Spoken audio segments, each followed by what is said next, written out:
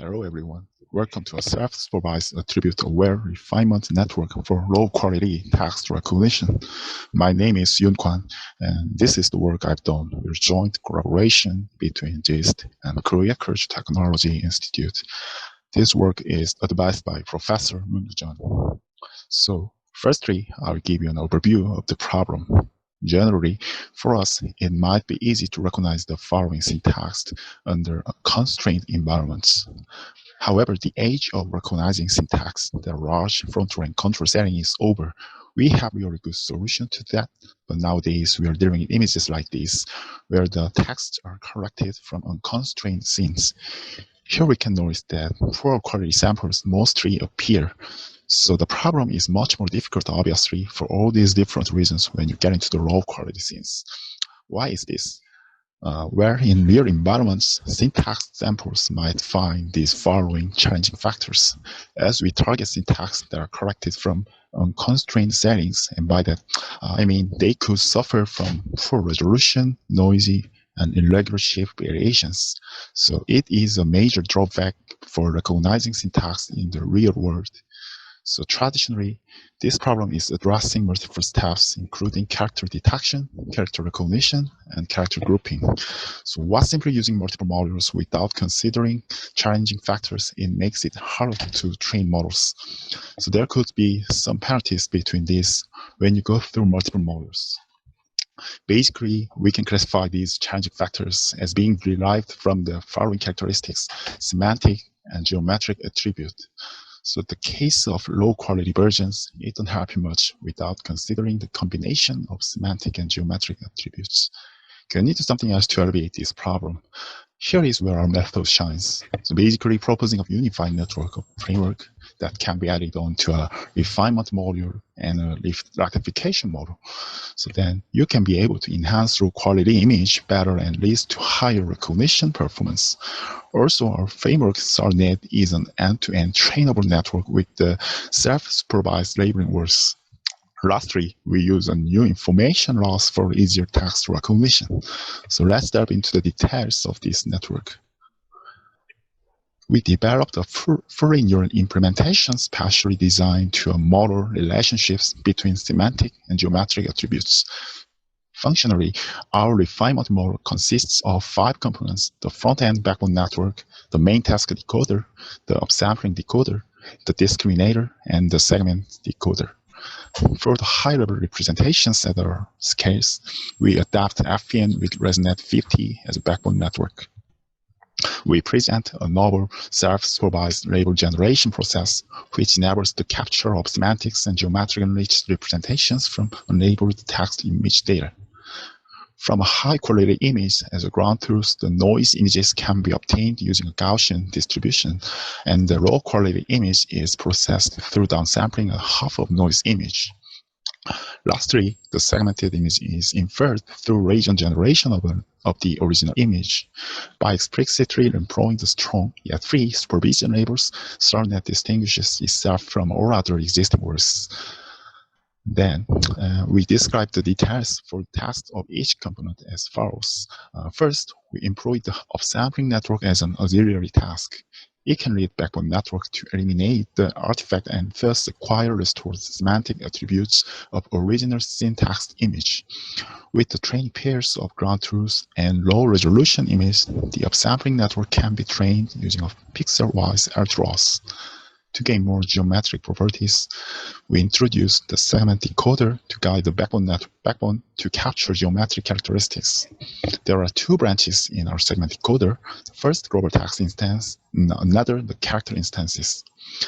The global text instance defines the binary localization of the text path despite the arbitrary shape of the text. And to calculate the character instances, we introduce a special softmax loss to the objective loss. Note that with these auxiliary tasks, our backbone encoder will produce rich feature representations adapted to the semantic and geometric attributes of the input image. Although a sophisticated task for sampling is proposed to refine some missing details in the low quality image, it still does not recover sharp information.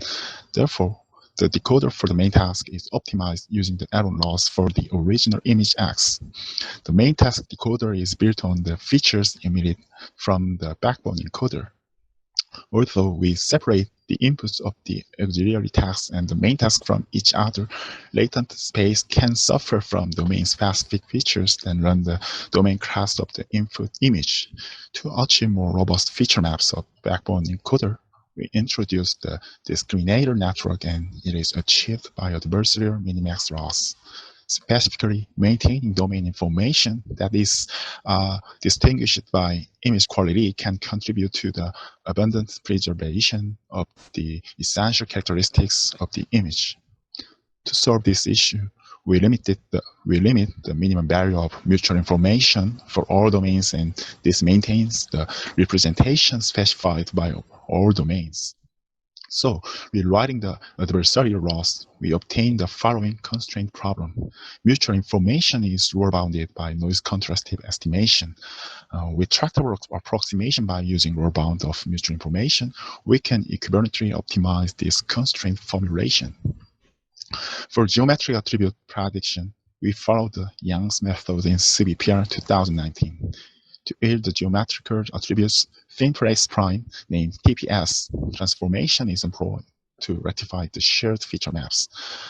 For recognition model, we utilize the CNN RSTM encoder and a decoder. In the encoder, the input is an output from the rectification model of the syntax image. For the decoder, we employ the attentional mechanism with GRU and RSTMs. In the inference pause, the decoder predicts an individual text class step until the last step of syntax. Next is our experimental results. So then, what about the individual task? We need all those 5 tasks where what we did was we just dropped the individual losses and see that happened. Where if you drop all of SAAR modules, then main task and auxiliary task increase image quality. We see a drop in performance, obviously, because without it, the recovered images are noisy and you go back to the original regime. Here's the overall evaluation on the STR and license plate recognition dataset that's compared to other techniques. In the STR benchmarks, our method shows the recognition performance generally outperforms the existing method across 3 data sets due to the use of the proposed refinement network. Besides, what we want to illustrate in all the benchmarks is that our method can benefit from the refinement model, which captures the semantic and geometric attributes of images. In LPR benchmarks, our approach shows superior performance to other license plate recognition algorithms on LPR accuracy and image refinement. Furthermore, we achieve comparable results with state-of-the-art methods. Specifically, our proposed method achieves robust performance in VTRP that are corrected in low-resolution environments rather than other datasets. And these are our qualitative results. The result shows that our SAAR-Net achieves much superior quantitative and qualitative results to previous methods. In general, most of previous methods fail to well refine semantic and geometric attributes. Layer, ESIR, and Ester will restore the image. However, in their results, we can find the result is still not good enough, which heavily impairs the local details.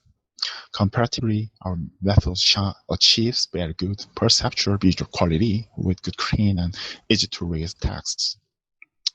I'm going to conclude with some additional results on some very complicated and challenging images. So here's one. The left column is the result of SAAR-Net, and the right column is the text recognition results. We're getting them pretty well-written text, and the number of errors is pretty minimal. Here's another example. In the sample, we generally address low illumination samples. Here's another one, the tiny and broad one. Here I want to just note that this framework of adding a refinement-based information constraints can be used in other tasks, especially generic object recognition, and this could be seen as our future work of this work. Okay, and with that, I'm going to conclude. And if you have any questions, and I'm happy to take any questions that you have right now. Thank you.